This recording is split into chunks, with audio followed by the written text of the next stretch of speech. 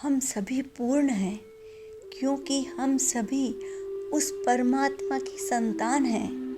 हम सभी की उपस्थिति ही सृष्टि का निर्माण करती है।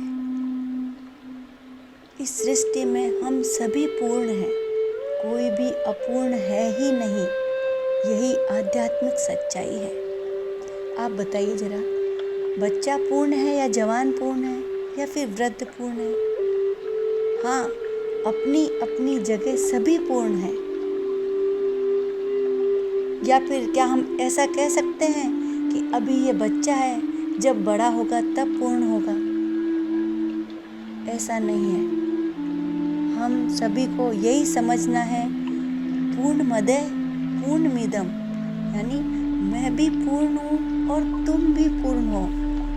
कुछ भी अपूर्ण नहीं है। जन्म भी महान है और मृत्यु भी महान है। कल भी पूर्ण था और आज भी पूर्ण है। आप हर समय हर जगह पूर्ण ही है, क्योंकि हमने जन्म पूर्ण से लिया है तो पूर्ण से पूर्ण ही पैदा होता है।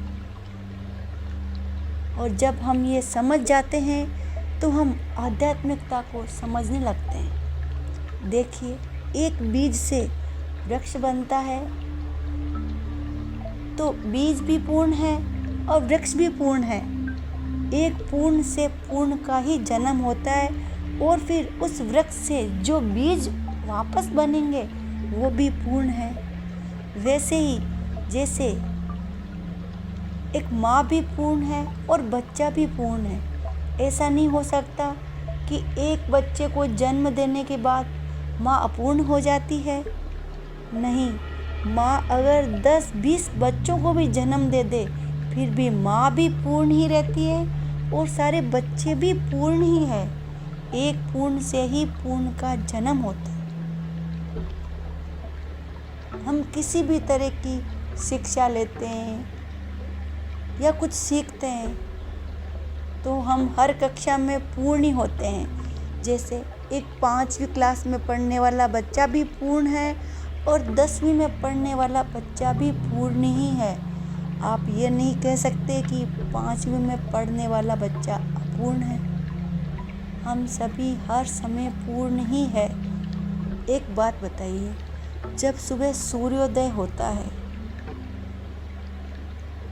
तो क्या वो अपूर्ण होता है और सूर्यास्त के समय पूर्ण होता है? नहीं ना। सूरज सुबह भी पूर्ण ही था और अस्त होते हुए भी पूर्ण ही है। ठीक, जीवन को हमें ऐसे ही समझना है।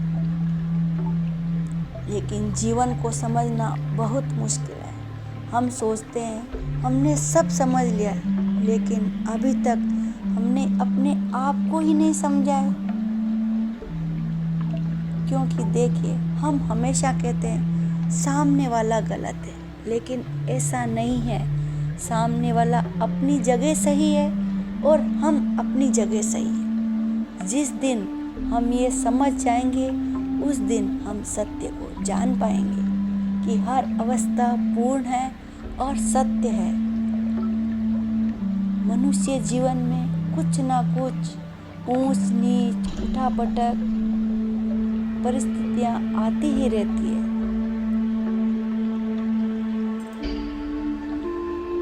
और हर परिस्थिति पूर्ण है, चाहे वो विपरीत हो या अनुकूल हो।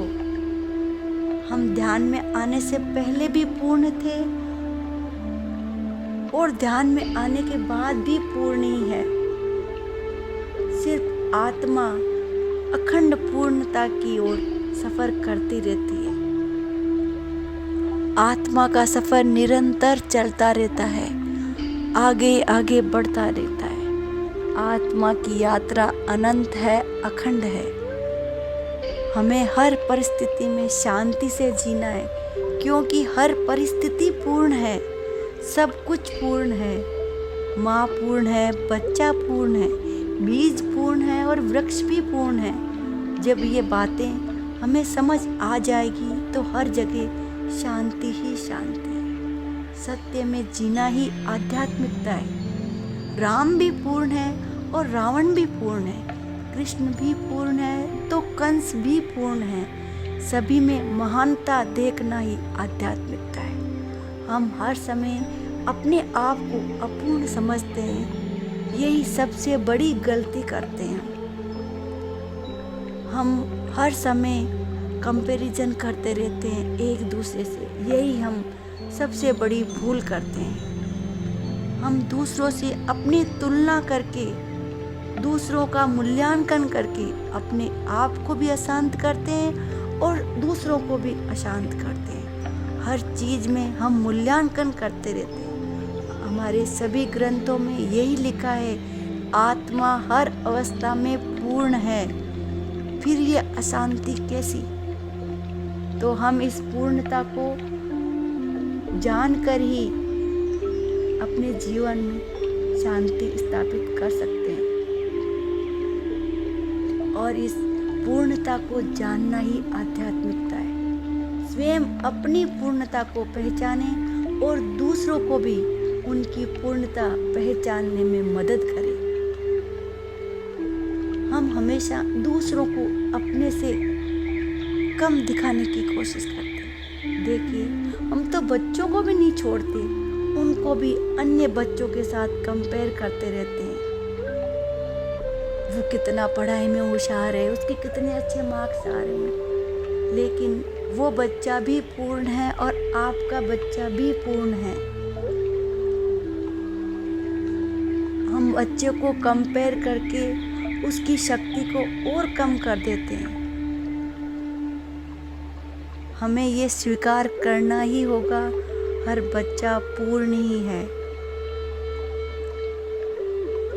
देखिए, जब छोटा बच्चा चलना शुरू करता है तो वो गिरते हैं, फिर चलते हैं, आखिरकार वो चलना सीख ही जाते हैं। तो क्या जब वो चलता नहीं था तब अपूर्ण था, और अब चलने लगा, चलना सीख गया तो पूर्ण हो गया?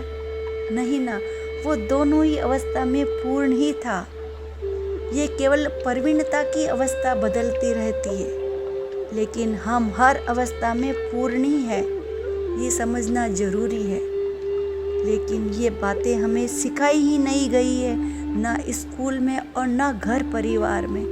हर कोई असंतुष्ट है, लेकिन आज से हम सभी को मूल्यांकन करना बंद करना है और पूर्णता के समीकरण पर चलना सीखना है।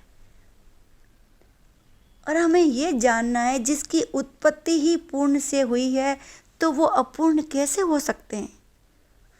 मुझे जब उस ईश्वर ने बनाया है तो मैं अपूर्ण कैसे हो सकती हूँ? इसलिए हमें हर परिस्थिति में